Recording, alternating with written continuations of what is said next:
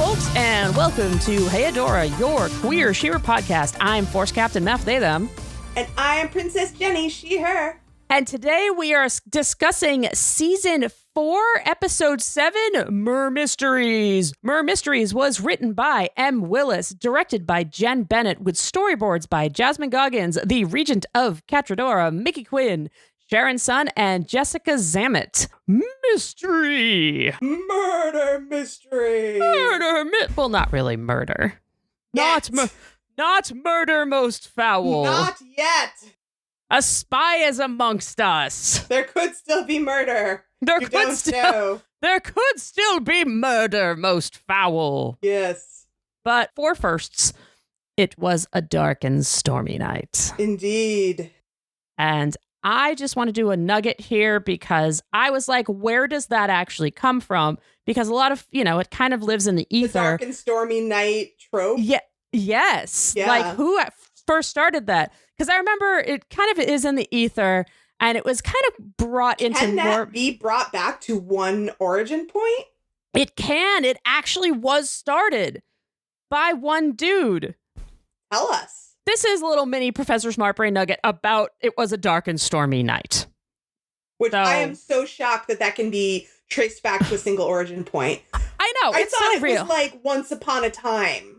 Right, exactly. It super lives in the ether, like when I was a kid, I remember reading it in Snoopy comics because Snoopy was an aspiring novelist, or Peanuts comics, technically the name. Right, and Snoopy was an aspiring novelist and would always write it. But, as we all know, comics are usually always references to something else. It's not an origin point. Yeah. Right. It's not an origin point. So this was by the English novelist, playwright, and politician. This is going to be a great name. Sir Edward George Earl Bulwer-Lytton. And he used the line to open his 1830 book, Paul Clifford. And hold on to your britches, folks, because this is a heck of a sentence. So the full intro reads, "It was a dark and stormy night. The rain fell in torrents, except at occasional intervals when it was checked by a violent gust of wind which swept up the streets, for it is in London that our scene lies, rattling along the housetops and fiercely agitating the scantly flames of the lamps that struggled against the darkness." Was that all really one sentence? That's all really one sentence, Jenny. God damn. I know. That is some gothic novel-ass sentence. Yeah. Indeed. If you are interested in what a gothic novel is, I'm not going to get into that because that's a whole heck of another tangent. You can look up gothic novel, the definition of a gothic novel, and find some gothic novels at your local library. Visit your libraries. Libraries are awesome. Yes, libraries are the shit. Give your local librarian a thrill. Go there. Yes. Go there. Find some juicy knowledge. Yes. Knowledge of novels. Yes. Wow. Well, It was also a dark and stormy night in Bright Moon. It sure was. And you know that because our opening shot is an exterior shot of Bright Moon at night. There's a storm. Not only a storm, lightning strikes behind the moonstone. Does that set the mood or what? That definitely sets the mood. It sets the mood. No. Oh, no. Yeah, no, it didn't work. Yeah, and then after that one establishing shot, the camera, enters through the front doors, which says to me, "Come with me, if you will, on a journey." Yes. If there was a narrator, that's what the narrator would be saying. It's very beckoning, right? Yes. And inside the room that the camera brings us into, we see all our buddies just sitting silently around the war room, looking tense and dismayed. So we've got Adora, Bo, and Glimmer, our not the super pal trio, our best friend squad, sorry. Best. And all the princesses, Frosta, Mermista, Perfuma, and Seahawk, and of course Flutterina, who instantly became a core member of the group.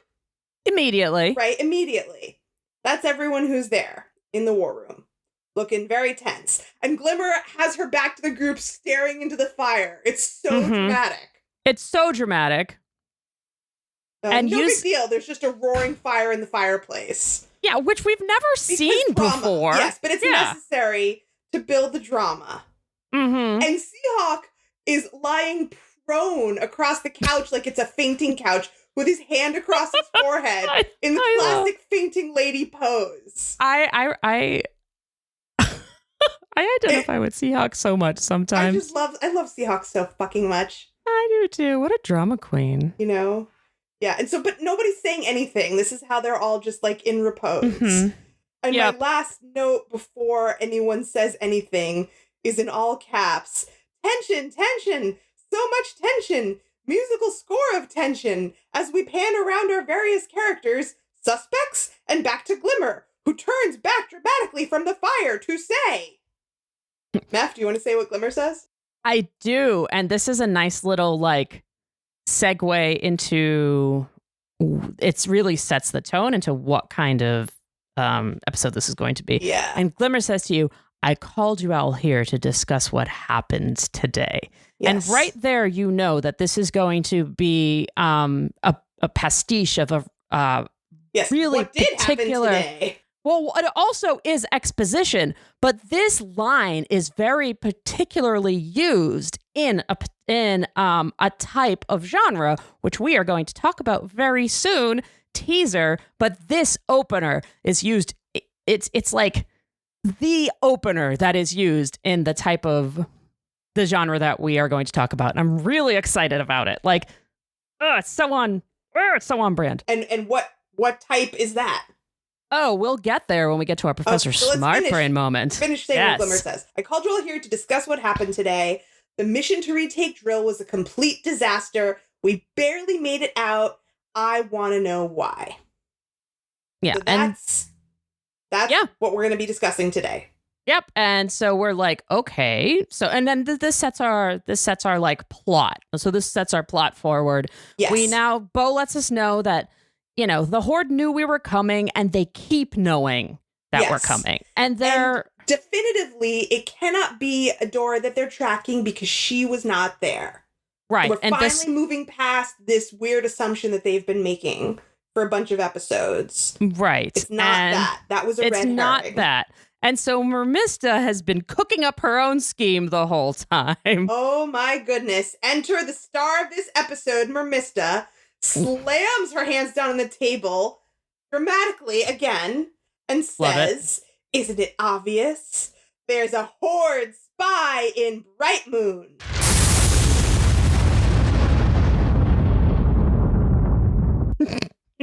Major thunder and lightning strike, and then we pan around to each person's shocked face in reaction to this declaration.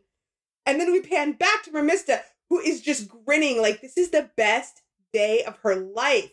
I know. As she pronounces that no one is going anywhere until they find the spy. And Seahawk looks ready to faint again behind her. With another perfectly timed.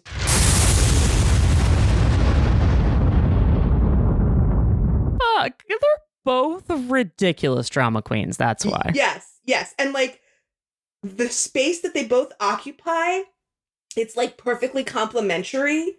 You know, like they're not trying to occupy the same type of drama queen space.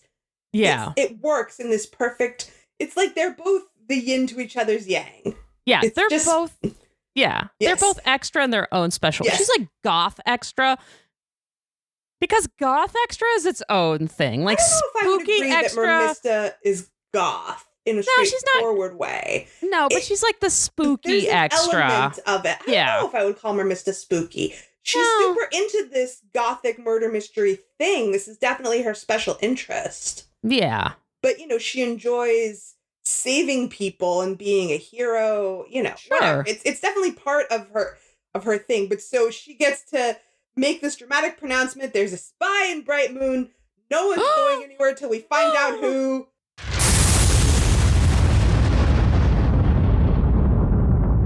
What? Spy amongst us. Credits. So it is this great opening scene. And it's nice and short, very strong close to that scene. Yeah. Great opening so we know scene. We're going to have a great time with this episode. Yeah, this episode's a great time. Great opening scene. Sets everything up just spot on. Exactly what we're doing. Exactly what genre we are pastiching, which is a word I just made up. I love it. Thank you. I approve that word. Thank you. And then we jump to our credits, and then we credits again, we credit some more, and then I ask the question, as I often do, are we going to win in the end? I think if we listen to Mermista, that our odds of winning in the end are good. I think so, too. Keeps being a know-it-all and not listening to anyone else, then we might not win in the end.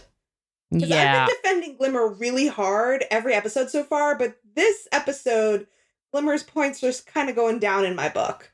Yeah, I mean, Glimmer's going through it a little bit. She's going through it, and, we've all been there.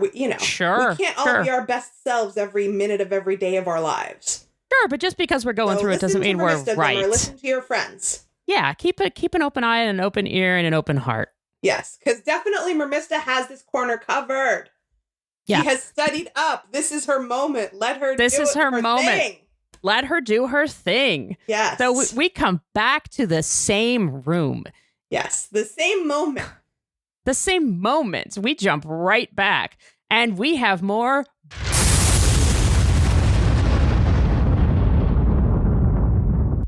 Well, even before the babooms, we have Glimmer reacting to what Mermista has just said in a rather patronizing way. Yeah. She thinks it's very unlikely that there's a spy. Glimmer, listen to your friends. Yeah. And I think that it is not that unlikely based on all the evidence. I don't think that it's something that she should wave off so casually. I don't either. I mean, if somebody knows where you're, somebody move you're making over a long period of time, it's not like you have no new people around you. Yeah, you have exactly. A bunch of new people around you. Right. Maybe one of them is somewhat disingenuous. Yeah. Is that totally impossible?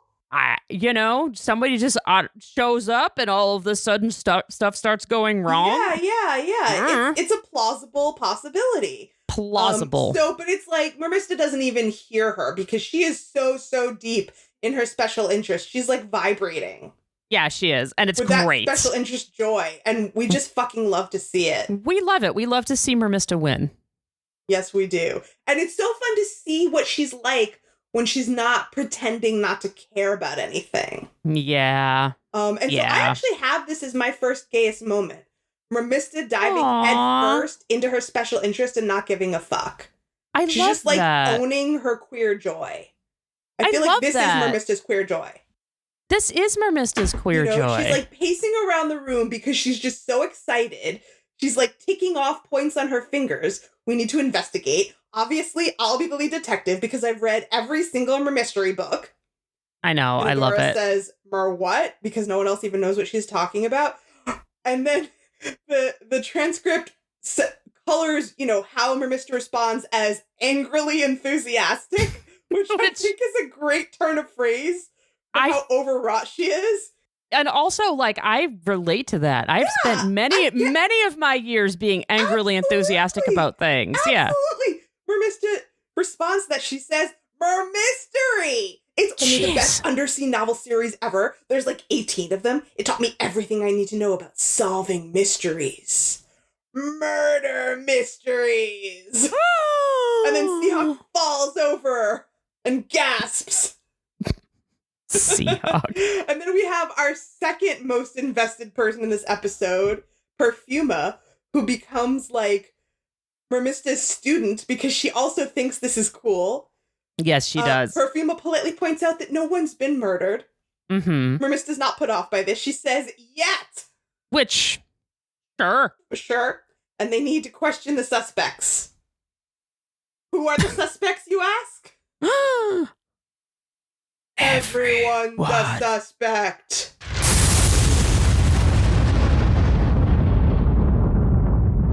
And this is where I have my pretty intensive Professor Smartbrain moment on the closed circle mystery and the Queen of Mysteries, Agatha Christie. Yes, tell us.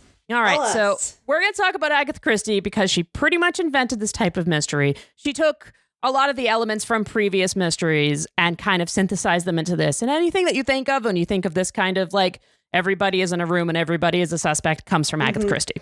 Great. So I've never even heard the term closed circle mystery. Yeah. I've heard the term everyone is a suspect. Yes. Mostly and so from the movie Clue. Yes, which is also absolutely, absolutely is a closed circle mystery. It is one of the examples that I use. Great. But first we're going to just give a little bit of brief thing about Agatha Christie. So Agatha Christie, who was born September 15th, 1890 and died January 12th, 1976, was an English novelist, short story writer, and playwright who revolutionized the mystery genre. And she pretty much created all of these tropes that we know today. So she ushered in the golden age of detective fiction, which was around between maybe 1917 to the early 40s, kind of before the darker kind of stuff came in. This kind of stuff, the closed circle, the English manor, this type of stuff. And created two of the most recognizable fictional detectives of all time, Hercule Poirot, the dude with the awesome mustache, and Miss Marple. I have heard of Miss Marple. Miss Marple's great.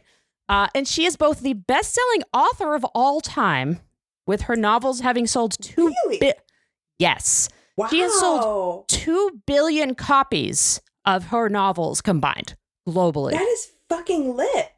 And she is the most translated author of all time. Wow. And in fact, her novel, And Then There Were None, which we're going to put a pin in that for a second, is the top-selling book of all time with approximately 100 million copies sold.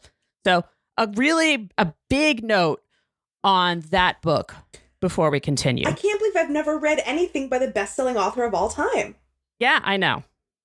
All right, go on. So this book's original UK title is really fucking racist, having been based on a popular minstrel song at the time. I'm not even going to say it because it is that fucking bad. Yeah, don't tell us.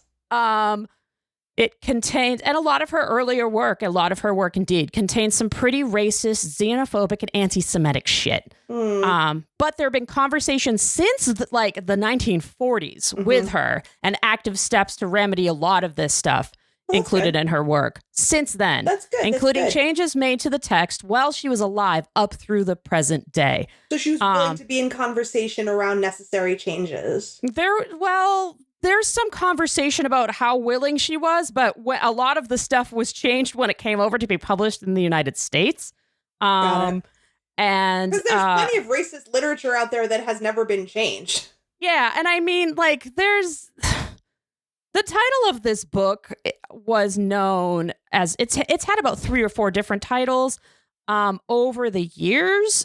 The UK title has changed a couple of times. It was racist and then not racist and then racist again. And then the American title was And Then There Were None. And then more as racist, but not as bad as the UK title. But that's also and then more racist. And then it's social progress is never a straight line. It's never a straight line.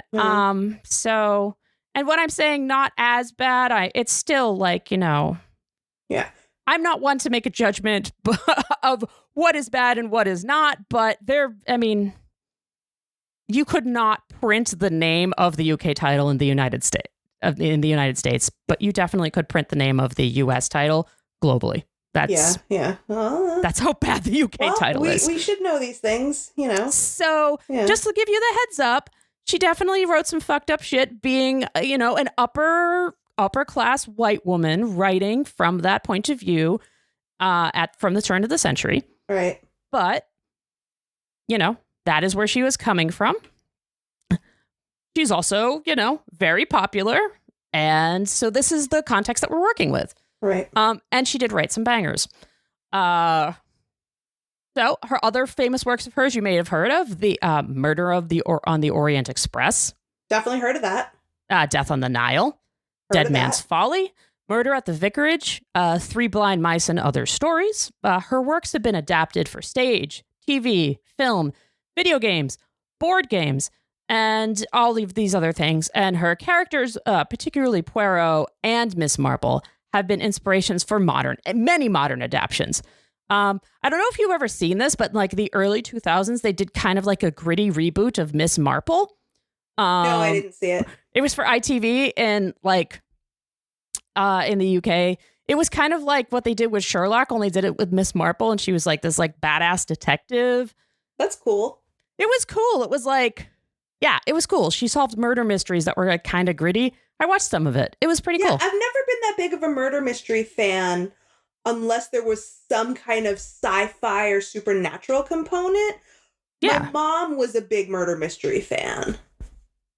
But it was never really my thing unless there was some element, something more. Yeah. I was a big fan of the Christopher Pike novels. I don't know if you remember those from the 90s. I totally remember those from the 90s. Those were my jam. I definitely remember ages, those. Like 10 to 14.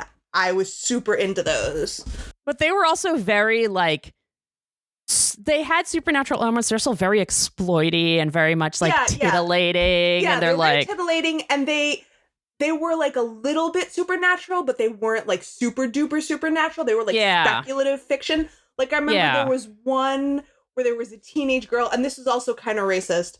There's a teenage girl who her life is great, but something seems a little bit off, and she had weird dreams, and I don't remember it super well, but basically she realized she could astral project, and then while she was astral projecting, her long-lost twin that she didn't know about because she was adopted astral projected into her body and turned out to be evil. And the reason all this was possible was because she was Native American and she didn't realize it because she was adopted. And she's like, oh, that's why you have special powers. You have secret special Native powers. So that's racist.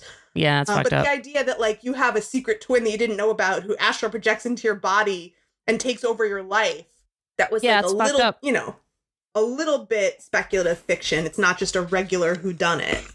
Yeah, no, it's fucked up. Yeah. So, I was like 11 when I read it.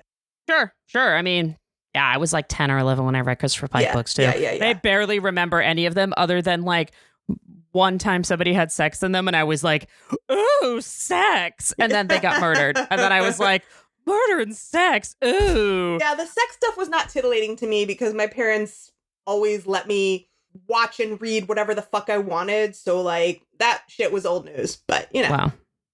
But that's not necessarily normal. Nor does it have. Yeah. So anyway, the Poirot and the Miss Marple stuff is not. It's not a lot more mainstream. Yeah. It's also not like it's doesn't come from. It's considered cozy, right? It's very much focused on like yes, it's murder. But it's not gritty. It's not grisly. It's not. It's very. It's not, they don't probably show gratuitous violence or describe. I should say describe because they're books. It's not about the violence. It's about the clues. It's about the solving the mystery and the clues. Solving the mystery. So, also, fun fact about Miss Marple: it was a direct influence on the classic '80s television show that I know that you have watched, Murder, She Wrote. And the title is even a reference to a film adaptation of one of her Miss Marple mysteries, Murder, She Said. So it is like literally like, let's take Miss Marple and put her in a small town in Maine, because Miss Marple books were all like, Miss Marple solving mysteries in a small town in England. And so that's like Jessica Fletcher was like Miss Marple only in Maine. I have never seen Murder, She Wrote. Murder, She Wrote is great. It's just awesome old people. Heard of it. Yes, it's just awesome old people. I think I knew it was connected somehow to Agatha Christie. Yeah. So just like Mermista's Mer-Mysteries series, she was so prolific, Agatha Christie. Yes. And the Poirot books and the Miss Marple books were series. She just wrote those characters, tons and tons and tons of them. So like, it's not just like one Poirot book. It's like, it's like that 17,000. I'm exaggerating. I don't have the exact number. So it's just like, how there's 18 Mer-Mystery books. There's like 17,000 Poirot books and 16,000 Miss Marple books. And then there's other detectives and then there's other stories. So like she just wrote and wrote and wrote and wrote.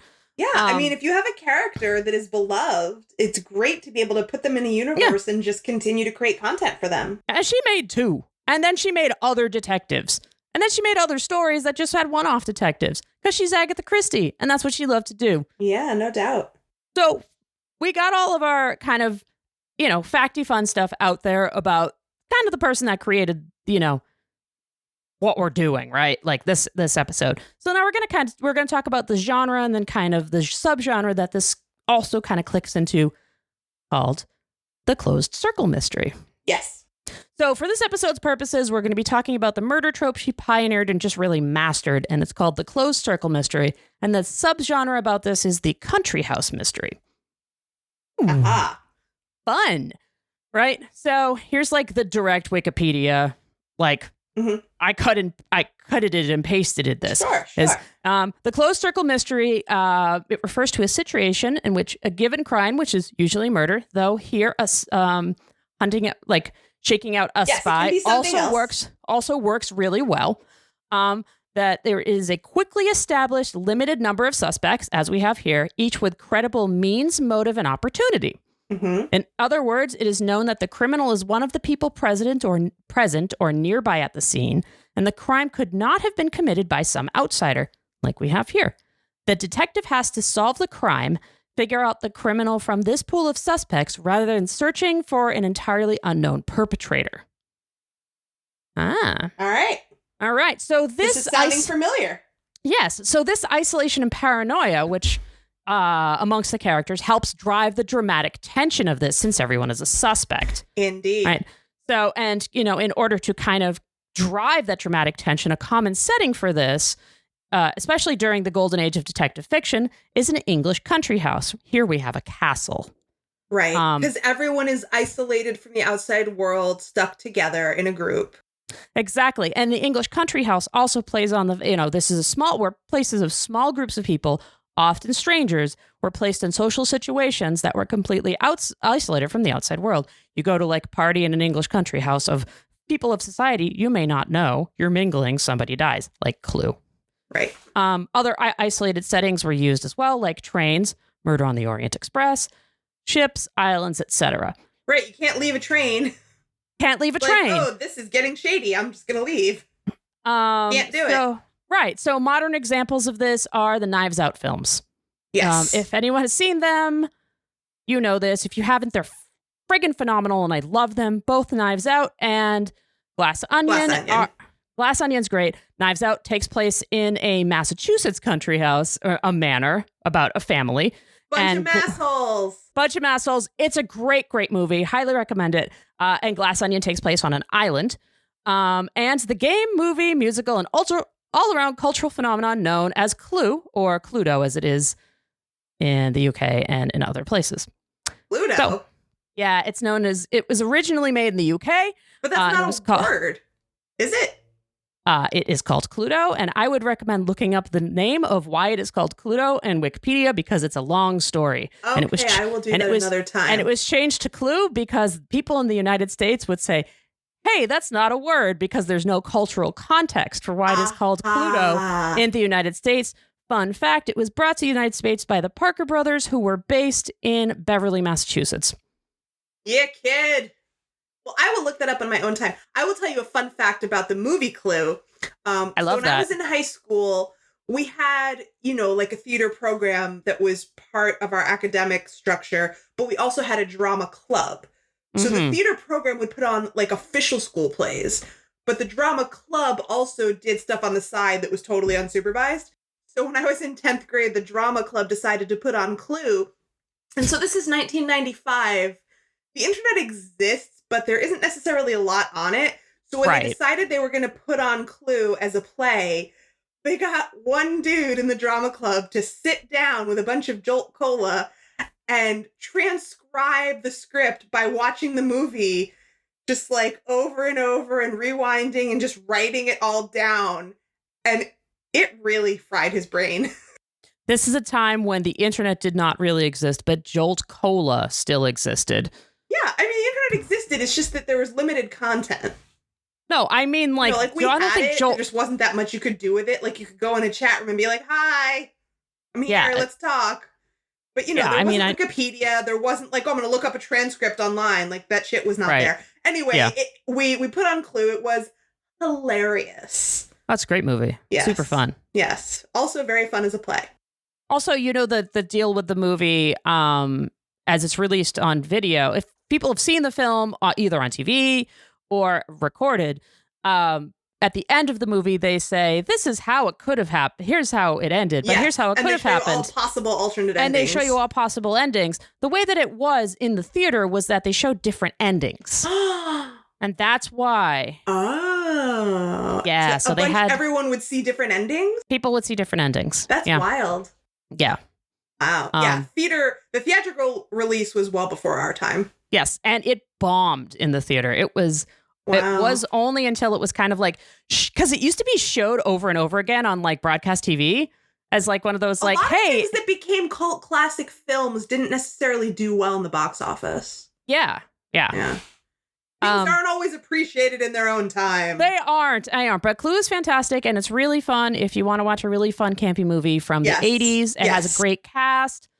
Iconic comedians of the time. Iconic comedians. Tim Curry. Madeline Kahn. Michael McKean is fantastic in that film. All around great movie. Yes. Anyway, wrapping it up, that was my Professor Smartbrain moment on Agatha Christie, the Closed Circle Mystery, and the Country House Mystery, and all sorts of fun stuff about mysteries. That was fucking baller. I just learned so much. Thank you, Professor Smartbrain.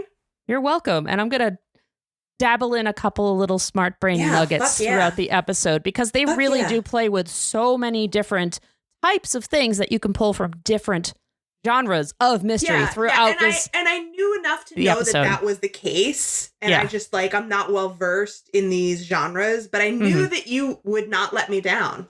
No, I knew it. I might not be great at science, but I know a lot about film and television and narrative. Yeah. So, all right. So I'm going to pull us back into the scene to reground us in the current moment. So, Perfuma just said no one's been murdered. Mermista was like, yet, haha. And then Bo starts to freak out, which he will continue to do the whole episode. He starts to freak out over the idea that everyone's a suspect, because now he suspects himself, like in a Manchurian Candidate kind of way. Yes, he's worried that he's been brainwashed without his knowledge. Yes. Jenny, do you want to give a tiny bit about Manchurian Candidate? Because I do bring it up. Yes. Do you have anything about that? I do. I have a tiny little nugget on the Manchurian Candidate. Okay, so you can give... I didn't prepare anything. It was a novel, and it became a movie, and then it became another movie. Basically, it's about an American prisoner of war who's brainwashed to become a Russian operative, right? Some kind of... He doesn't even know that he's a spy. Yeah, he's a spy and an assassin, and he's not aware. That's pretty much what I have. He's a spy and an assassin, and he's unaware of his actions. Right. And it's not real. It's not based on anything real. Nope. The technology does not exist. Yes, that cannot happen. However, it's a little sci-fi. It's a little sci-fi. It's referenced a lot in popular culture. Bo spends the whole episode freaking out that he's the spy, which is a fun thing that we keep coming back to. I love that. Glimmer keeps hitting the one note that she hits. Well, it's not her one note, but it's the one note that she hits in terms of coming back to the big conversation, that she thinks this is a waste of time. Mm-hmm. She's not taking it seriously, and she thinks they should be focusing on the Horde's next big plans. She's not wrong that the Horde has big plans, but this is not a waste of time. They need to find the spy. Right. Yeah, exactly. Like, they're kind of, the Horde put them in this situation, right? Right. The Horde is trying to keep them distracted in this way. Right. And Adora agrees with Mermista. Mm-hmm. Now that they know that it can't be Adora that the Horde is tracking, since, once again, you used me as a distraction today, Adora is salty, and she has a right to be. A spy is really the only thing that makes sense. Yeah, that's not okay. And Glimmer is also salty, and she says that maybe the Horde didn't fall for it because Adora's a bad actress. Dude. Again? Also, that's just okay, that's salty, but... was that really necessary? And Glimmer can't even fathom who the spy could be? I don't know. Maybe it could be Shadow Weaver. Yeah, that doesn't not make sense. Yeah, there's definitely some possibilities. So, we see Adora and Glimmer having some bad feelings, getting into it a little bit. Mm-hmm. The Horde officer who's been living with them in a vaguely prisonerial way and has actual shadow spies who they have all seen with their own eyeballs. This does not, this logically makes sense. Yeah, it's not unreasonable. But, Mermista does point out that it's never the obvious one. Yes, and she does it in the most dramatic way possible. She's always striking the most dramatic pose, her back to the room, So her good. arm up against the window. It's so good. She says, it does seem like Shadow Weaver is the most obvious suspect, which means it definitely isn't her. I know. I love it. And she mentions it's never the obvious one, like in Mer-Mystery, the Pearl who knew too much. And that's a funny nod to The Man Who Knew Too Much, which is two separate spy thrillers. They have the same name, but that's it. Directed by Alfred Hitchcock. One was directed in 1934, the other in 1956. They're totally different movies. But yes, I don't know those particular movies, but I do know Alfred Hitchcock. Yes, yeah. My mom was also a big Hitchcock fan, and we did watch a lot of his movies when I was little. Yeah, they are two separate movies that he did that are vaguely... There's a fun story about how he directed the first movie that was vaguely based on a book in 1934 and then wanted to redo it. So what he did was he told the screenwriter in the 1950s, okay, here's kind of what the movie is about. And then the screenwriter wrote a completely different script for the one in 1956 because he just really wanted to redo it because... Yeah, I mean, he was very prolific. He was very prolific. And, you know, he, in an interview, he said the one in 1934 was made by an amateur and the one in 1956 was made by a professional. So there you go. And because he was Alfred Hitchcock, they let him just do whatever he wanted. They sure did. Because he invented movies. Another great line delivery from Mermista when she talks about the Pearl who knew too much. You think it's the Pearl, but it's not.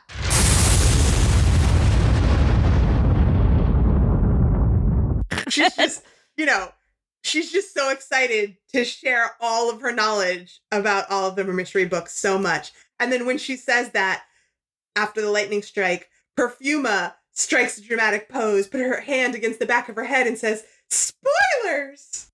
I know. I have Perfuma's total complete buy-in to all of this is some of my gayest moments. Yes. Because she's just totally into it and totally buying into it and is just following Mermista around, believing everything. The note-taking is fantastic. I feel like Perfuma is ready to be Seahawk and Mermista's third at this point. Absolutely. She's super about this. She's into it. I just have a Perfuma being buying fully into this ridiculous queeniness as gayest moments for me. Absolutely. Absolutely.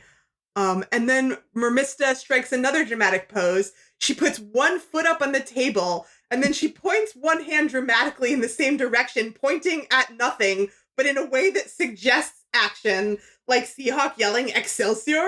Yeah, like Seahawk does. Yeah. And she says that it's time to interrogate the castle. I love it.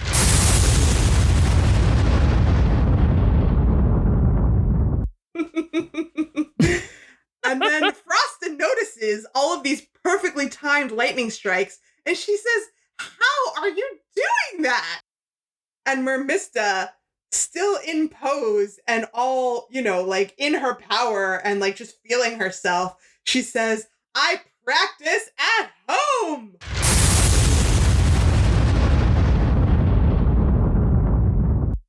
Yeah, it's great. It's great. And, she's just having the time of her life. And then in the background, Glimmer just puts her head in her hand like this is all so dumb, which normally whenever she does that, I am feeling the same way. I'm right there with her. But right now I am not. I'm Glimmer, just sit the fuck down. Yeah. Sit the fuck down and listen to something. This is your cabinet, basically. Every great leader has a cabinet. Listen to your people.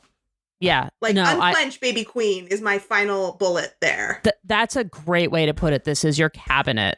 I love that. Yes. Also, I would totally do this if I could. If I could practice this at home, I totally would because I am that ridiculous. Oh, yeah. And I would follow you if you could move through a scene with this kind of conviction and all that knowledge. I would be yes, Force Captain Meth, lead us. I mean, and also make just lightning and thunder, just crash at will. Absolutely. Yeah. I mean, that makes a person seem like they know their shit. Absolutely. You should listen to that person. Absolutely. Yeah. Natural phenomenon always adds gravitas to anything you say. Fuck yeah. Yeah, absolutely. Fuck yeah. Let's move on to the Bright Moon Base Camp. I love that where love Flutterina this. is entering her tent. So they make Flutterina sleep in a tent? I mean, she's just a new recruit. This is where all the people who are not like castle higher ups sleep. That's fair. That's fair. But she still gets to like come and kick it in the castle, I guess. Yeah, I mean, we don't have any specific knowledge about where anyone sleeps other than like Shira, Adora, and Glimmer. Yeah, and Bo. Like, we've never seen Bo's bedroom even. We don't know if he has a tent or a room in the castle. I guess you're right. We extrapolate that Bo has a room in Bright Moon, but we don't really know. And also, these are really, really nice tents. This is like glamping. She has a beanbag chair. Oh yeah, I mean, I'm not saying that like, you know, she's slumming it in any way. Yeah. But I think all of the Bright Moon fighters, all of the rebel fighters, I think are in this base camp. Fair. And anyone who comes to join them, assumably, would join the base camp. Fair. Anyway, so here comes Flutterina, looking so innocent. Yeah. Looking around, making sure she's alone.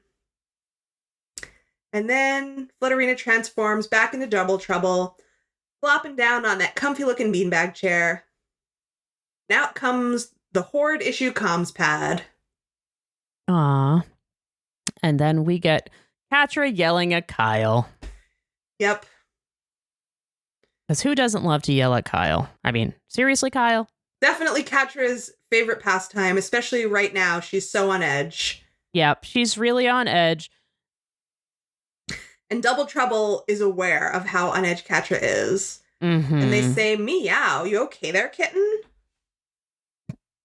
And Catra is like, you know, like, okay. Yeah, just steamrolling ahead.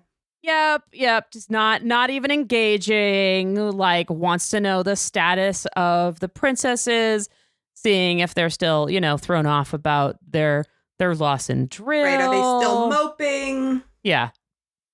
And, you know, Double Trouble is like, brings up that they're playing detective, looking for the spy. And Catra's like, wait, what the fuck? Yeah, is Double your Trouble's cover not blown? worried about this at all. No, and Catra's like, seriously? Yeah, Catra's very worried because right now Catra is so on edge. Yeah, because Catra needs things to continue to be moving forward flawlessly, basically. Yeah, she's doing her big thing right now. Until the Horde's big mission is done. Yes. And yes. Double Trouble's dick, don't worry. I play these dudes like a fiddle. Yeah. Double Trouble's not worried at all because number one, no one would ever suspect a goody two-shoes like Flutterina.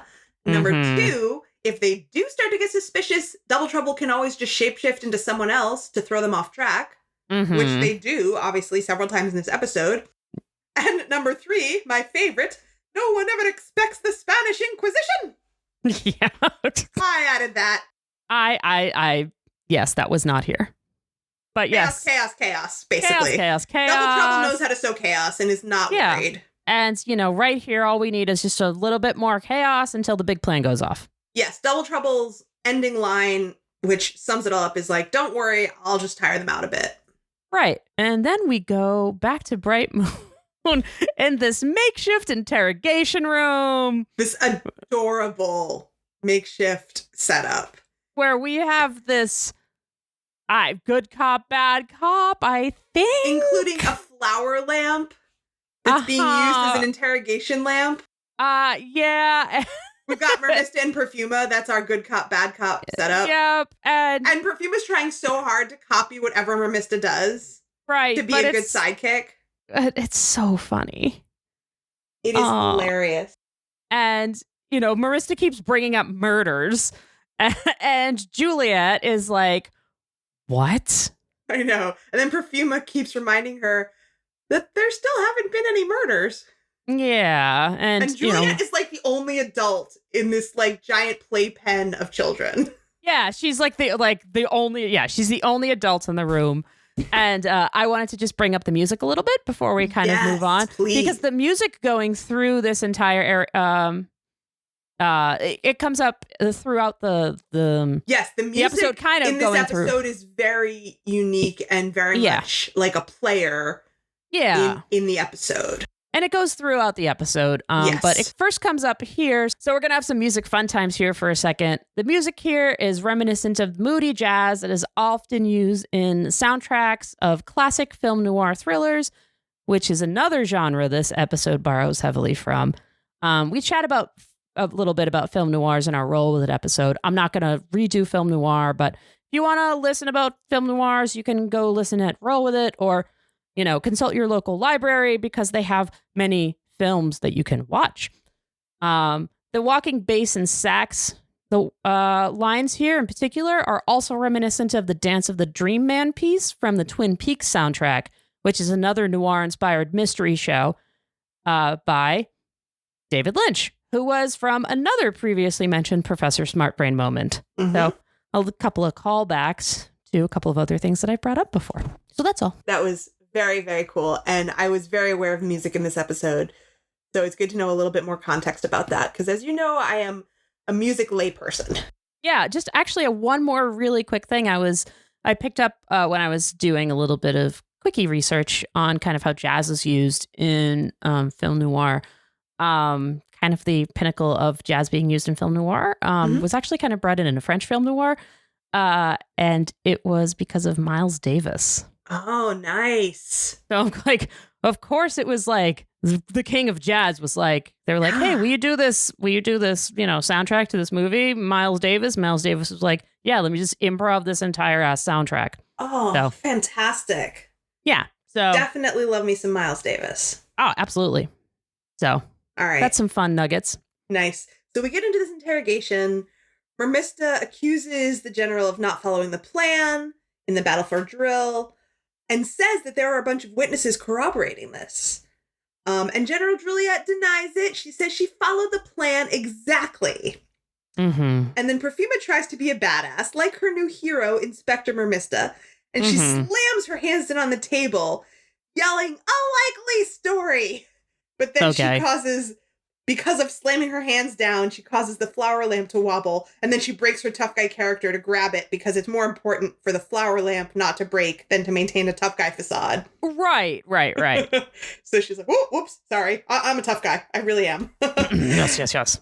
And then Mermista says, "Admit it, you were slipping away to warn the Horde of our plan, just like in Mer-Mysteries, Secret of the Apollone." That one's really good. You should read it. And Perfuma?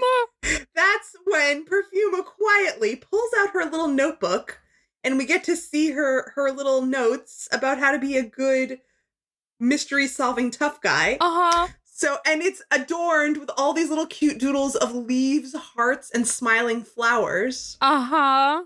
So we see her notes. She's got maintain scowl, hit the table, which she did, and now she adds Secret of the Apollone. And this is my next gayest moment, as you mentioned. I also had this. Yes. Yeah. Yes. It's a great episode for both Mermista and Perfuma. Yep. We're just enjoying this wonderful, now shared special interest that they have. Yep. It's adorable. I love it. It is adorable. But General Juliet has really had enough of this mishigas. And so she tells them exactly what happened. And we get the first of many super cool black and white flashbacks. Yep. And I wrote, this may or may not be accurate, you can tell me. I wrote fun Pink Panther type music for the flashback sequence.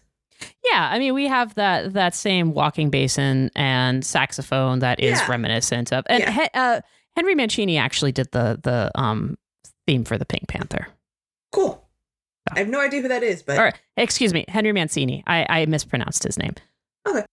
He was a film composer. Now we hear the first version of what actually happened on this mission in drill that they're all discussing from General Juliet's POV. She says that Glimmer filled her in. Shira was going to lure away the Horde. Team A, which was Frostabo and Flutterina, would scout ahead. Team B, Seahawk and Mermista, would guard the exits. And then we see, in this black and white flashback, we see all our pals represented as adorable little cartoony avatars on their little comms tracker pad. And then the voiceover of General Juliet continues. Team A indicated the coast was clear, and we converged on their signal. But that's when Frosta ran into us and said that they hadn't finished scouting. And then we see Seahawk running toward them with Mermista in his arms and a large chaotic group of horde soldiers and bots yelling and running after them, and it ends with comedic chaos. Aye. So that's our first flashback view of what happened today. Okay. And so back in the present, Juliet says, Team A sent the all clear. If you want to know what went wrong, ask Bo. Oh, Bo. Poor Bo. Poor Bo. Bo does not have a great time this episode. Not really. Bo thinks that he is the Manchurian candidate and was brainwashed and everything is his fault. Yes. So now we have a new interview in the same room. Starts with Bo dramatically gripping the back of the couch, yelling, okay, I confess, it was me. And then next to him, we have the Plumeria florist dude sitting there looking very confused. Oh, yeah. My favorite himbo. He's my favorite himbo. Yeah, he is a great himbo. He's a great himbo. Frosta, who's very annoyed, says, Bo, we're not even questioning you. I know, I love that. But Bo does not hear her. No, he needs to unburden himself of this confession. He's so guilty.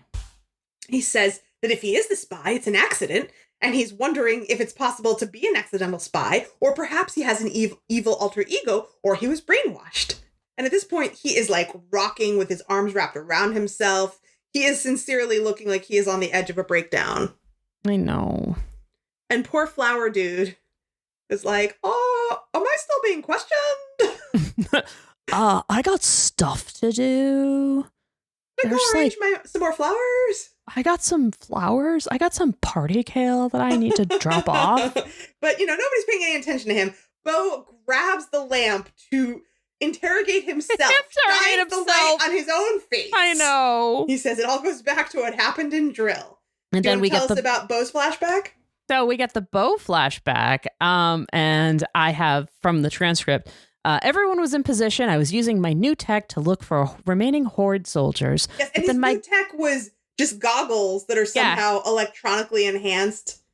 He had these cool goggles. They were cool. They were like Google goggles or like goggles. Yes. But like if you were just looking through regular binoculars, then you could see that there were two Frostas and your eyes are not glitching.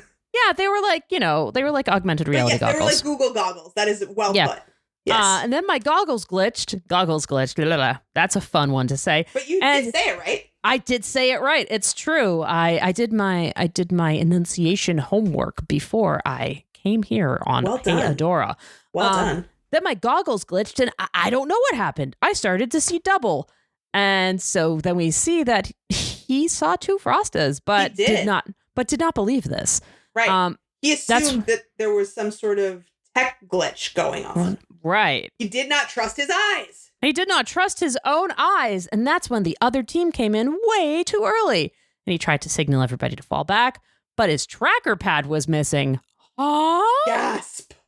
What? So, and I also love the Bo's little icons are adorable. Yes, those little like video game avatars. I know, they're so cute. They're very cute. So Bo was seeing double. And the tracker pad was missing. And Jenny, that is Michigas. That is some Michigas. That is some Michigas. That is Crazy Town. Yes. And so back in the present, in the interrogation room, Bo is still shining the light in his own face.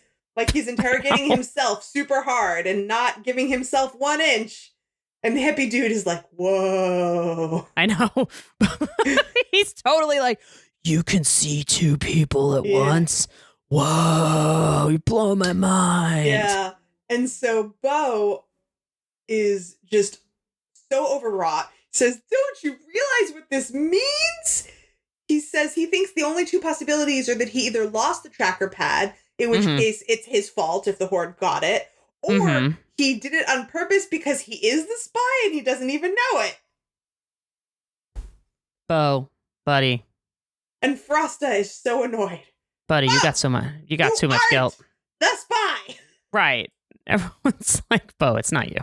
And Bo climbs on the table on all fours and says, you don't know that. It all makes sense. Who else could it be? And then we have our little misdirect, which is a great transition. It is. We have a lightning flash transition to Shadow Weaver's garden. Do you think it could be Shadow Weaver? All signs point to yes. Well, let's have a conversation with Shadow Weaver. Yes, and it seems like it might not have been the best pairing, but this is the pairing we have. We have Glimmer and Adora. Yep. An interrogation team now, interrogating Shadow Weaver. I'm sure this is going to be fine. Yeah, it's totally fine. It's fine. It's fine. It's fine. It's fine. Everything's fine. So, Adora...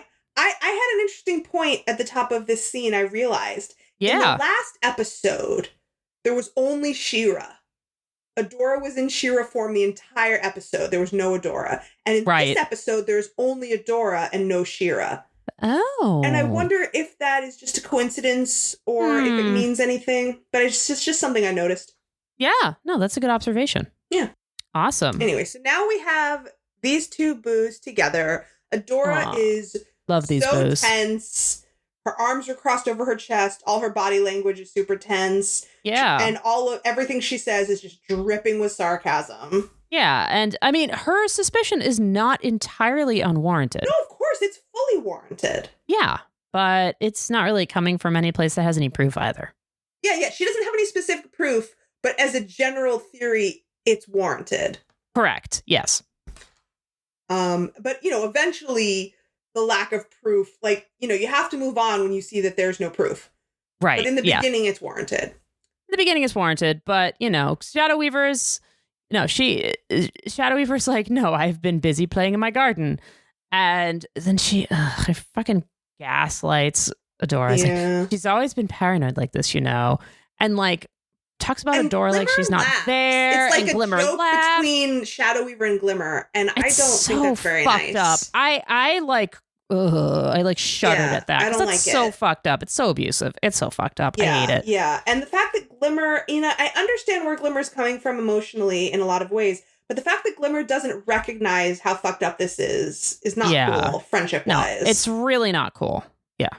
And this threesome was not a great pairing for whoever decided that this is how the interrogation should go.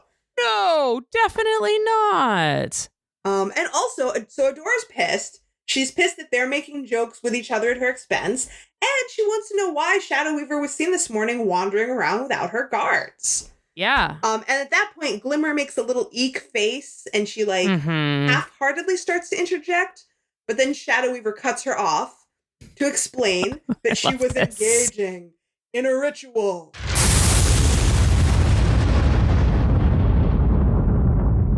And then we cut to a dramatic flashback of Shadow Weaver's ritual in the garden. I love this. And as Shadow Weaver shown with her back to us, poised over some kind of cauldron as she narrates, essence of echinacea, a dash of ginger root. And so even, I remember when I was watching this episode for the first time, even when she first said echinacea, before she even got to the ginger root, I was like, yeah, it's tea. Yeah. Just making tea. Yeah, exactly. I'm like, she's keeping her immune system going. Okay, great. Good for her. Fine. And so the music is very ominous. And then as soon as she finishes putting the ingredients together, the music and the tone entirely shift to this wholesome, shiny boop boop boop as she turns around and displays her cup of tea. My morning tea ritual. Boop boop boop. Yeah. Boop, boop, boop, boop. So Me and Perfuma drink tea in the morning together, funny, right? Yeah, it's a funny little red herring moment. Yeah. And then, we cut back to the present where Adora is laughing disbelievingly. She is not buying this at all. Just admit it's you. We all know it's you. Right. Who else could it be? Yes. And Shadow Weaver is so chill that she's almost bored. Uh-huh. That she's like, no, sorry. Mm-hmm. Shadow Weaver is so not the spy that she's bored by the accusation. Yeah. And is like, I am not the villain of this story. And a little lampshade hang on that one, right? Yes. And to answer your question, Glimmer decided to dismiss her guards. So now she's no longer a prisoner, she's a guest. Yeah, and Adora's like, what? Yeah, and Glimmer, Adora really should have heard that one from you. And also, I cannot blame Adora for having these feelings. Yeah. Of course. Like, yes, it was Glimmer's decision to make. She is the queen. But, like, this is your best friend. You know the history here. You should have fucking told her. Way back. Like, third or fourth was a third episode where you literally like, hey, I just met my new friend. By the way, here she is having major panic attacks whenever she thinks of this person. Like, dude, you know. Yeah. This is like her original trauma. Yeah, her original abuser. Come on. This is not being a good friend. Dude. Yeah, no. So they start to get into it, and Shadow Weaver interrupts, saying, every moment you waste here, the Horde gets that much further ahead. Which she is correct. And then she says a line that comes back at the end. In order to catch a rat, you need to string Which she is not wrong about. She is not wrong. And then Adora her has dumbass a Adora moment. Line.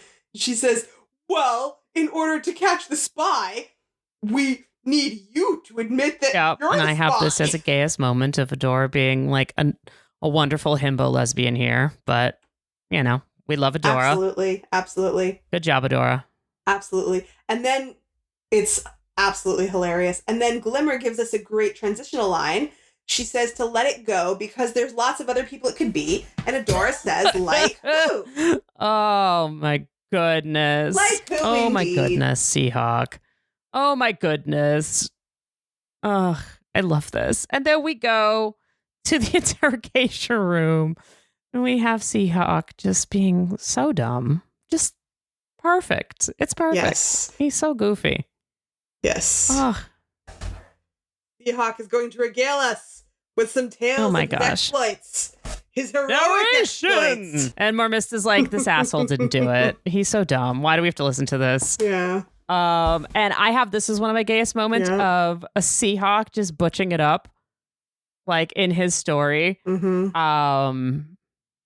But with a lollipop. And actually that initial shot of Seahawk leaning against the leaning against the pole, all butch, half shadow, that sort of thing. Of course, the lollipop right, is the same way we saw it with Glimmer in Roll With It with the toothpick. This is, in black and white instead of in black and pink. And this is also reminiscent of classic film noir visual storytelling, showing that this is an anti-hero or somebody who is in half shadow. They're ne'er-do-well. They will do whatever it takes, blah, blah, blah, blah, blah. And he's super tough and, he's just butching it up, but really he's just being a dope. Yeah. So he's just sitting here lying. But also he says that, he does all this ridiculous shit. He says that he's avoiding booby traps, risking his life, just like in Mer-Mysteries, Serpent of the Sea. And Mermista's like, wait, that's where my book went? I was looking for that. Yes, but in all the goofiness, he does give us one nugget of necessary, true information, which is that he was doing what he was supposed to be doing, which was guarding the door, but Perfuma showed up to relieve him so he could go off and join the fight. And so that Perfuma, we eventually realized was Double Trouble.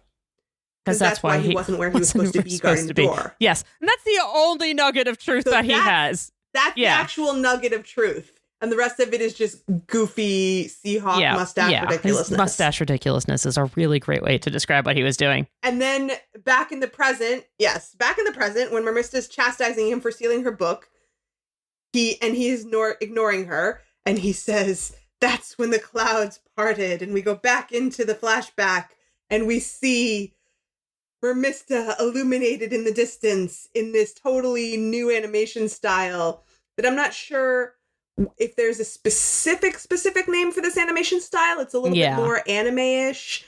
She's got stars in her eyes. Her hair is sparkling. In the moonlight, she's giggling. And there's some sexy saxophone behind her. She's more femme looking. It's very, maybe it's like anime noir mashup. I don't know what it is either. I just know that this is like him, like literally And she is It's like the very most over the beautiful thing top. that he's ever seen. And Yes. And then in the present, in the narration, Mermista cuts in. She's like, Moonlight? The battle know. happened Dope. this morning. I love him. And, he's not listening. And there's a great shot of sexy anime Seahawk and Mermista framed by this enormous fucking moon. Maybe they may have been having a super too. moon. It's true. And it's just very stylized and sexy. They look great. And they look fantastic. And then it ends with the same shot that Bo described, just animated differently, of Seahawk carrying Mermista away from the attack. And he says that he took on 40, no 50 horde soldiers. And he saved Drill, which is not what happened, but in Seahawk's story it is. Good for him. Good for you, buddy. Good for you, buddy. Enjoy your own interior life. Yeah, Nobody can take that away from you got this, buddy. Yeah. But, Mermista rightly points out that they lost Drill and he punched like one guy. And Seahawk agrees. 100 and also Glimmer guys. got them all out. Yes. But Perfuma now is confused because she says she was with General Juliet the whole time. And she says to Mermista, why weren't you with And Seahawk? Mermista was like, because Frosta waved me over but disappeared before I could reach her. Right. So the confusion is starting to set in. And Seahawk just wants to know who wants to see him do some squats. It's like, dude, what? What? It's like, Read hey, the who room, wants to give me Seahawk? attention right now? It's like a little kid thing being like, who wants to see me do this thing I'm really good at? It's like, okay, buddy, read the room. Yes. And they just push him. And they push him out in the door squat in position. squat position. And that's great. Yes. And then we have another perfect transition where Seahawk says, I bet a door and Glimmer don't push suspects out the door. Which is a great opportunity for us to cut over and see what Adora and it looks Glimmer like they're are chatting with Flutterina. I wonder why. It looks does. tense. That's it does my look first tense. note. Yes. It's tense. Okay. They're not chatting. Glimmer and Adora are both just standing there I was silently. dramatically downplaying I'm that. sure you're going to get there. I'm sure you were going to get there, but I'm just setting the scene. They're standing silently, very tense body language, both of them failing to question the actual spy who is right in front of them right fucking now. They're not, things aren't great. And yeah, so finally, Glimmer breaks this tense silence by going, ugh. And then she dives in and starts talking to Flutterina. And Flutterina's, feigning innocence. Is everything okay? Everyone seems so tense. Yeah. Have you tried interviewing Shadow Weaver? She seems kind of untrustworthy. Like, it's so easy for her to just manipulate them back into just like sort of jabbing them in their bruises without them noticing that she is the one jabbing them in their bruises. And Adora's like, oh no. And then like totally, according to Glimmer, she's totally trustworthy and it's fine to just let her walk around the castle whenever she wants. And she's just digging in. And it's just like, and they start to fight. Yep. And then Adora has the best indignant lesbian huffafuff possibly ever. She's just, because Glimmer says, I don't have to tell you about every decision I make. And Adora, in response to that, I don't even know if I can do it properly, but you guys know the one I'm talking about where she goes, oh. It is really good. Yes, I agree. It is definitely it's indignant lesbian huff. And then Glimmer, I like that. Yeah. Yes, it's so funny. And then Glimmer says, maybe it's because Shadow Weaver actually listened to me when you and Bo kept leaving without me. So they're finally both like really just like leaving it all on the table, saying what's really bothering both of them. So now Flutterina's work is done. She is pleased with the results and she starts to exit. I'm just gonna come back later. Yes. But then she hesitates when she realizes that the argument is shifting into whether or not they should move on to, what is the Horde up to now? And she's like, no, I can't let them do that. And while she's waffling over this, the door slams open and it's and I like that F-Buddy. it kind of slams open on her. It's like, Yeah. And then Mermista has another great, it's like almost squashed a little bug there. And Mermista has another great line. She says, "Why are you just standing around? This isn't Mer-Mystery, the case of people who just stood around." The sequel, I just wrote about all of you. So many great lines in this episode. Great lines in this episode. And Glimmer doesn't even know who's and then they just pull random. They start just grabbing random people. Yeah, and so this is a great, like, at this point, you know, we're like getting in, we're like halfway or more through season 4. So we're at a point now where we can be like, who's left? We know plenty of people. We have all sorts of random people we've known up until this point, like the cooks from Drill. Yes. So we've got our kitchen staff buddies, and here's a Bright Moon Guard who's also obsessed with the Mer-Mystery this one is a nice quick throw, like the throwaway line. Mer-Mystery, the Maltese Otter is a nod to the Maltese Falcon, which is a novel by Dashiell Hammett and a film by John Huston, which was one of my favorite movies when I was a teenager and obsessed with Humphrey Bogart. Yes, thank you. Nice. And nice. Yeah, I've heard of it. That's I can at least say that and Mermista was just like, ugh, that one's so predictable. I saw the twist coming a mile away. And we have Swiftwind, who wasn't even there. And Jenny, was that a mace? That Swiftwind? Yep. Yes. So Swiftwind had Indeed. And then we go back to Seahawk, who continues to inflate the number of just guys in the that he same took out. sentence. Yep. Then again, we go back to Bo, who is just continually more and more overwrought and just wants to be arrested before he can do any more harm. Then back to Swiftwind again, who is told to put the mace away. And now we have 3 townsfolk we've never seen, one of whom has a third eye. I love third eye townsfolk. Ah. Yes. And now we have 3 more different and then they're like, townsfolk. And now we have Spinny and Natasa in like major formal wear, looking it's like very unamused. Like maybe they just got pulled out of like their anniversary. I was thinking that like one of them has like a bouquet of flowers. Like they were on a date. Yeah. They were on a serious date. And they're also like General Juliet, like children, please. And then we go back to the hippie dude who thinks maybe Shira did it. And then I think it's Frosta who's like, "Hey, we already questioned you." He's like, "Yeah, I came back for the tiny scones." That's real. And that's the perfect segue for us to just sort of like zoom out into this whole room full of people and chaos and tiny scones. It's basically just like a community forum now that nobody even really knows why they're there. But it's like, hey, we're here. Let's just have scones and it's a damn beverages. Mess. Fizzy beverages. Probably not fuzzy. Maybe fizzy, probably. Yeah. But, you know, it's a damn crazy, mess. Basically. Yes. It's a damn mess.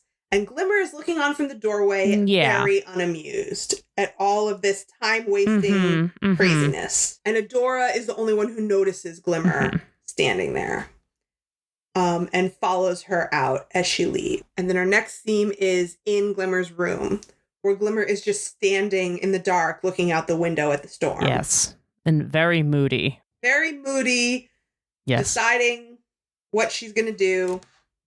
Because she's just not satisfied with the pace of the action. She, as we know, Glimmer is our action girl. She wants to do something. And nothing is working. Nothing she is doing is working. Right. Nothing they are doing as a group has worked. So Glimmer is, standing alone in her room. She holds out her hand and manifests or summons her staff. And that's when Adora enters.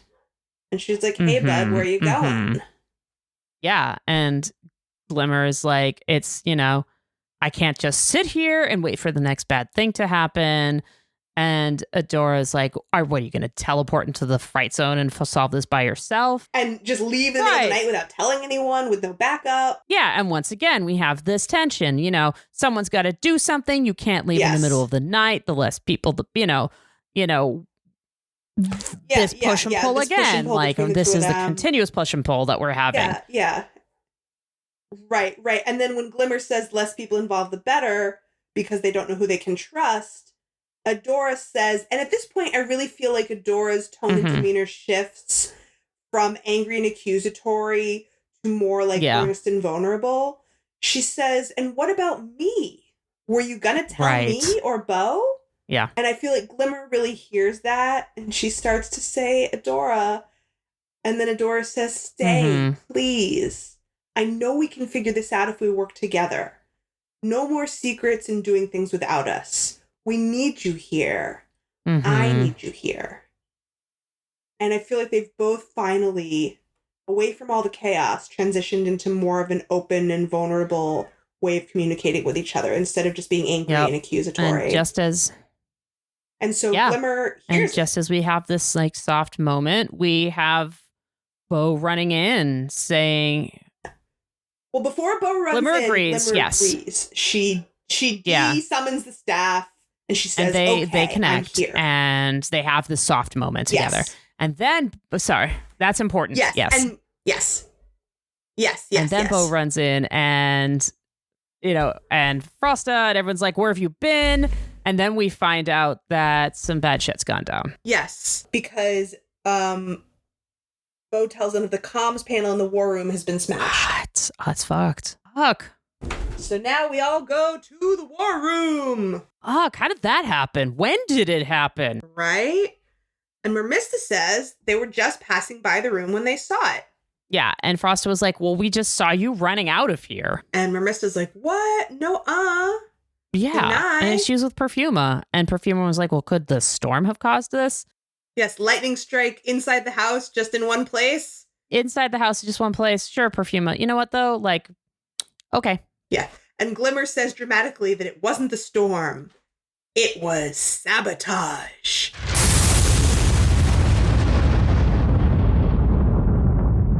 What? Glimmer is adapting and acquiring the power of the lightning strike. Good for her. So it must be right. Good for her. If the lightning strike is behind you, your statement is true. Yes, and now they go to the room of crime solving. The hearth room. Fireplace room. The fireplace room of hearth. Yes. The hearth fireplace room of crime solving. Yes. There's also one more important detail. A clue, perhaps. A clue? Before we go back to the fireplace room, there was also Bo's missing tracker pad was broken on the floor in a pool of water. Yes. Next to the broken comms panel. Yes, we do see that. How was it wet? Oh, did it get waterlogged? Well, perhaps someone put water on it to throw suspicion onto Mermista. Oh. Perhaps. Or perhaps it really was Mermista who is the spy. What? We don't know this. So let's go to the fireplace room and figure it out. Let's go to the fireplace room. So we have everybody in the fireplace room now. Everybody has gathered to talk about what has just happened. Yes. Everyone is looking wicked tense. And Glimmer is staring into the fire. Yes. So much drama. Yes. So, we get a little bit of exposition. The general is working on restoring communication. In the meantime, there's a backup device in the dining room, should we need it. Yes. Very important exposition. And then we have our Mermista doing our big, all of us here knew we were trying to unmask the spy. Yes. We've ruled out all the other suspects. Means it has to be one of us. Has to be one of us. And then we have a long dramatic pause so we can get each person's reaction shots. And then...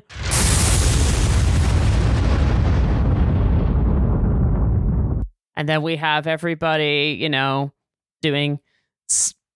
we're doing the accusation dance here. Yes.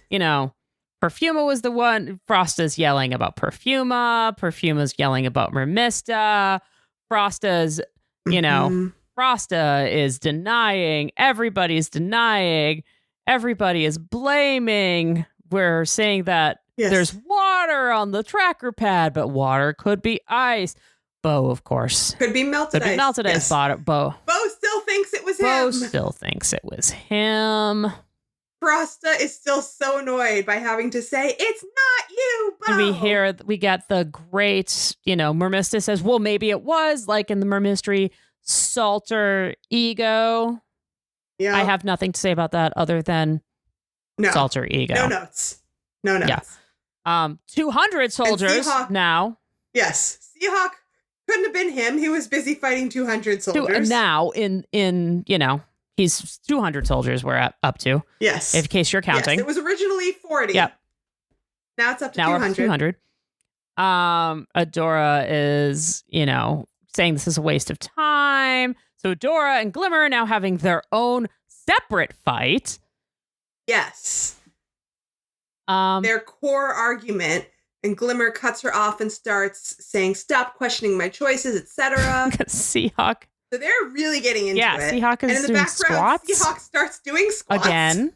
Sure, buddy. And the room is getting very chaotic.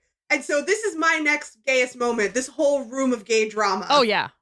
This is the gayest moment for me, too. Just gay drama everywhere. Yes. Even though we eventually figure out that this is a fabrication for Flutterina's benefit, it's still, they're doing it. They're making it happen. There's some real shit here, too. I mean, the stuff between Adora and Glimmer right here, like... Yeah, it's not made up. No, they're letting it out. Like... Yeah. Acting is also drama. Sure. Yeah. Acting, in fact, drama is another word for acting. Narration. So Flutterina takes advantage of all this chaos and sneaks out. Mm-hmm.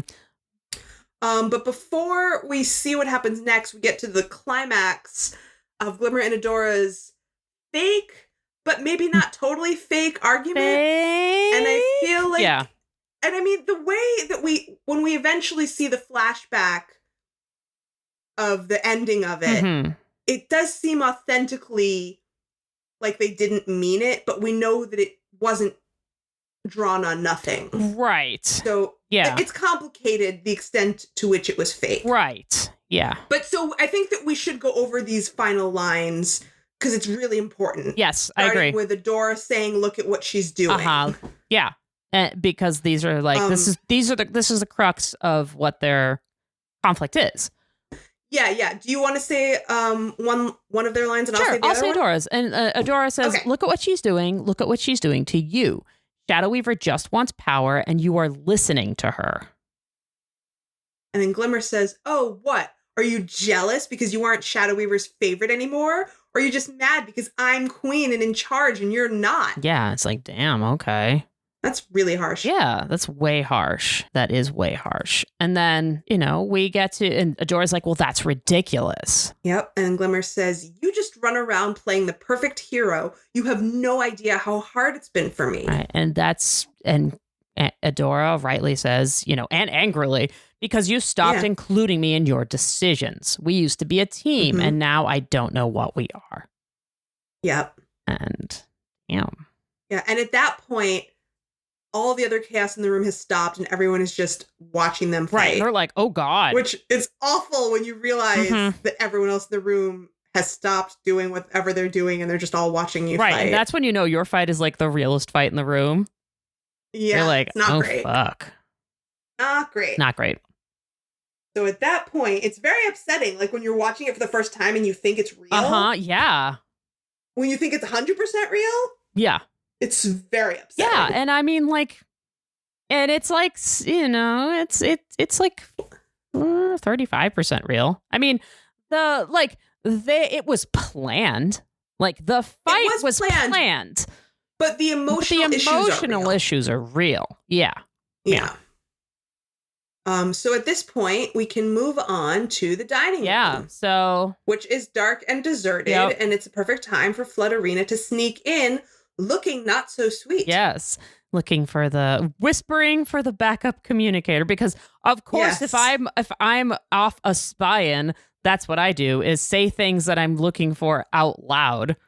Oh, yes, it's very helpful. I mean, Flutterina is definitely overconfident at this point. So time for some lights. Time for what? And here's Glimmer and Adora looking extremely chummy for two people who were having like a friendship-ending fight 3 seconds ago. Sure. And Flutterina's like the worst lie ever. Yeah. I was looking for the bathroom. Yes. And then when she realizes that everyone's there and there's no escape, she tries to get away by kicking Adora in the shins. Just like, that'll work. Yeah. On your, 8-foot tall Amazon hero. Yeah. I mean, she's not in shore form right now, but she could be also, in 2 seconds if she wanted to be. Also, we all know Adora's tough as fuck anyway, so, Yeah, she's still a Horde soldier. Yeah. So that doesn't seem very likely, but she never really had a chance. Right. She tries to run away. Adora does not run after her because she knows something Flutterina does not know. Right. There's a magic force field waiting for her. Oh, magic. Oh, magic. Oh, magic. How clever. Indeed. She was found out. Indeed. So as soon as she realizes that the jig is up, before she even transforms, that little Flutterina persona melts away immediately and she becomes very saucy. Yep. Oh, I see. Magic. How very clever. Mm-hmm. And then... And Adora smirks and says casually that Shadow Weaver helped. Yep. Showing us that she is at least somewhat okay with Shadow Weaver's involvement. At least for this. Right. And then Glimmer starts to give the reveal of what happens. Glimmer starts to say, "So you see," and Mermista immediately pushes her aside because the reveal of how they caught the murderer is her favorite part. I mean, it is the best part. It is, even though there still were no murders. Right. No murders, but still the best part. Yeah, no, of course this is Mermista's favorite part. And so... Now we get our final black and white flashback of the big reveal. Mm-hmm. So we go back to the line, in order to catch a rat, you need to spring a trap. So we set one of our own. And then we have a little, classic murder mystery move. And then, of course, Perfuma is trying to remind people that there's no murder, but you know what? Never mind. Who cares? Yeah. Let's just go with it this time. So we have our trap set. So Glimmer says that with a new backup communicator device would be irresistible to whoever destroyed the original. So they had to make the spy feel safe enough to make a move. And so they created a diversion. And so Glimmer is a little shady and says, Adora managed to be a really good actress for once. And Adora was like, it was really hard to do. Don't ask me to do that again. And that was, of course, Adora and Glimmer fighting. Right. And then that voiceover happens as we're watching in the flashback, the end of the fake fight. Right. Flutterina has left the room and they stop fake fighting. And Adora, we see her looking hugely relieved. And we see Glimmer smile at her and put a hand on her shoulder. Yeah. And so we see, we actually see it. Yes. That the fight was fake. That the fight was fake. And then we get to the final revelation. So that brings us back to you. Who are you? Who are you really? The unmasking, if you will. The unmasking, Flutterina. Let's see who's under this mask. Yep. And so, of course, Double Trouble, not going to miss a chance for more dramatics, makes a big show of transforming into each of them before finally changing back into themselves with the grand announcement, "Call me Double Trouble." And Adora points out the obvious. You're a shapeshifter. And nothing gets past this one. Good job, Adora. And do they have context that there are shapeshifters on Etheria? We don't have any evidence of any kind. Right. So or against. But they don't act the way I think one of us would act if a human being showed up and was a shapeshifter. Right. They're not freaked out. Right. They're not like, holy shit. Right. They're just oh, you're they're like, oh shit, there was a shapeshifter. Based on their reaction, I would assume that it's not unheard of. Yeah. They don't seem that freaked out. They do get a little freaked out when Double Trouble licks their own eyeball in a very lizard-like way. Right. But we do see other lizard people, so... Yeah, Not exactly like Double Trouble. Rogelio is a different kind of reptilian person. Right, yeah. But, it's a slightly less human attribute. Yes. So, we have, Bo is like, oh, it wasn't my goggles glitching. We have a little bit of exposition. You were pretending. Double Trouble confirms Yeah. all the people that they were impersonating. And then kind of, twists the knife a little bit. That was a masterful performance. I really bought the two of you were furious with each other. If you would indulge me, were you inspired by any real emotions? Yeah, or experiences. And yes. Yes. And then Glimmer and Adora kind of look at each other uncomfortably. But they don't get into it. No. Glimmer shuts it down and says it's over. Now tell us what the Horde is planning. Uh-huh. And we hear Double Trouble saying, oh, it's just beginning. Yes. The Horde has been planning a massive attack for some time now. Yep. And then we see a flashback of what actually happened. And Double Trouble explaining that they had to keep them busy sowing seeds of doubt, yada yada, until the plan was underway. Yep. And then we see Horde ships approaching Selenius. Uh-huh. As Double Trouble says, if the Horde controls the seas, they control Etheria. As we see this final shot of Hordak powering up his laser arm to blast the sea gate. Yep. And then we go back to the present where Mermista, of course, is looking horrified. Yeah, and Glimmer says, well, that will never happen. We won't let it. Now we know that it's a plan. We can stop it. Right. And Double Trouble laughs and says it's already done. Jeez. Holy shit. I know. And Glimmer freaks out, refuses to believe it. She grabs Bo, Adora, and Mermista and poofs them all to Selenius, or right outside Selenius, where they arrive just outside the sea gate, and they have a front row seat, the Horde flags flying over a burning Selenius and a destroyed sea gate. Yeah. And it's rough. We take in all this wreckage, all the half-sunk ships, kids' toys floating abandoned in the water. Very ugly. Yeah, and Mermista's just... She collapses because this is her kingdom. She was supposed to be protecting, and instead she was... Yeah. She was indulging her murder mystery fantasy, right? I mean, like, this is her guilt. Like, I'm not... Yeah, of course. Like... And it's hard to believe that all of that happened in such a short time, like, just since the communicator was smashed. Because the communicator was only smashed right at the very last minute. Right. But, we have to let that go. It all happened in cartoon time. For all we know, all of that interrogation and all of the everything, whatever. But the communicator was working during that time, is what I'm saying. And no one sent a message to say, help, Selenius is under attack. Who knows? But, we have to let that go. Our beliefs, they is suspended. Yes. And so they're taking all this in, and Adora turns to Glimmer and says, we can fix this, right? Yeah. And I think it's really important to note that Adora still looks to Glimmer for leadership. Uh-huh. Yes. Because all this season they've been fighting basically over, like, who's really in charge. Yes. But it's clear that Adora still respects Glimmer's position as the queen. Yeah, exactly. And the commander. Yeah. Yeah. And... Yeah, like, Adora's not trying to be the ultimate commander. But also, like, there's desperation. There's the desperation of somebody that, like, thinks that they can fix everything here, too. Like, we have to be able to fix this.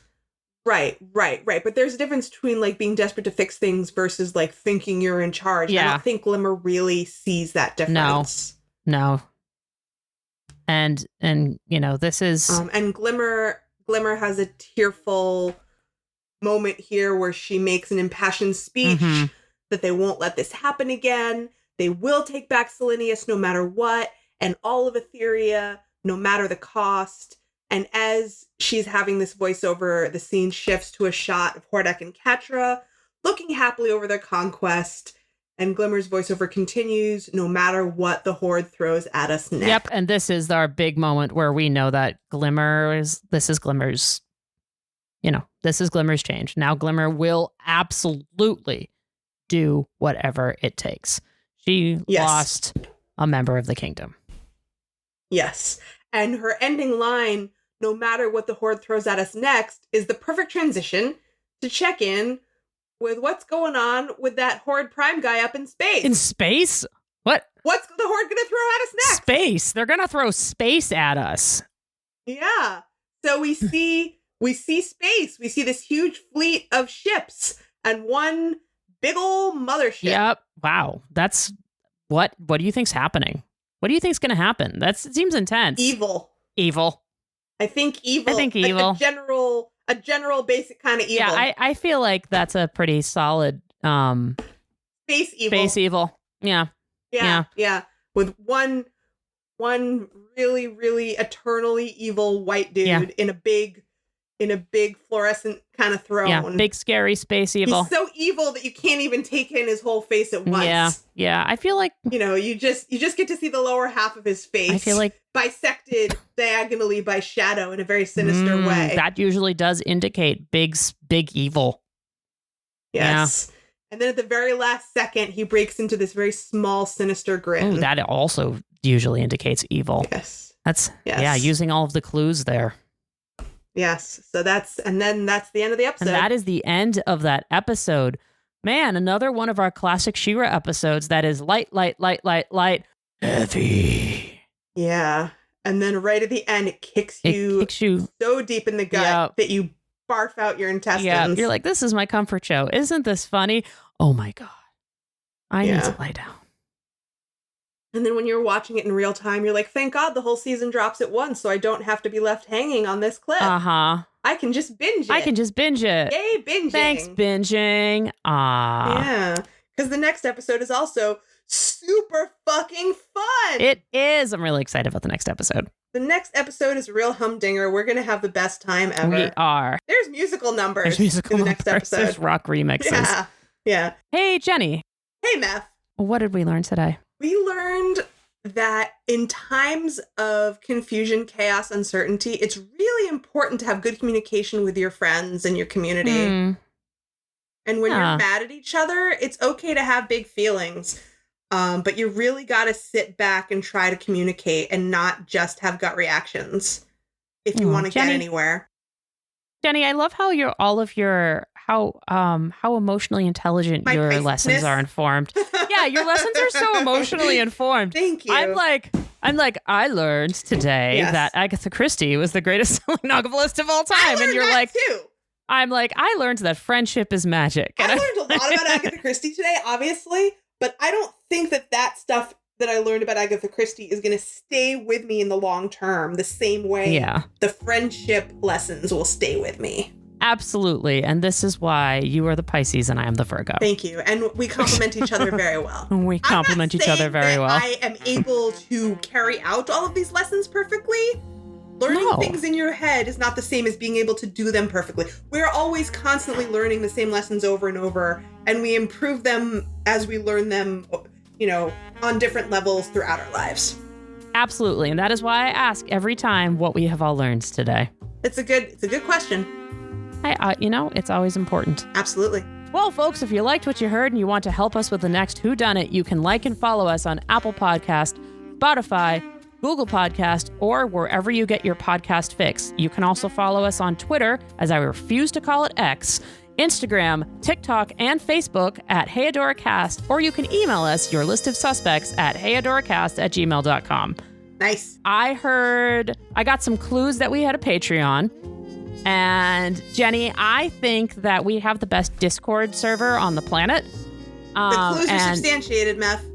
And I've heard that you can only join our Discord server if you are a member of our Patreon. That is correct. I've also heard that you get exclusive playlists and live watches and video hangouts and other awesome perks like special episodes if you are a member of our Patreon. All true. It's a great place to hang out on the internet with a bunch of awesome happy gays. And I've also heard that you can find a link to our Patreon as well as a link to this week's Spotify playlist, Mer-Mysteries, in our show notes or at heyadora.gay. You hear correctly, my friend. Heyadora.gay is the place to be. It's the .gayest place to be on the internet. You know it. And remember, queer joy is radical. And queer love saves the universe.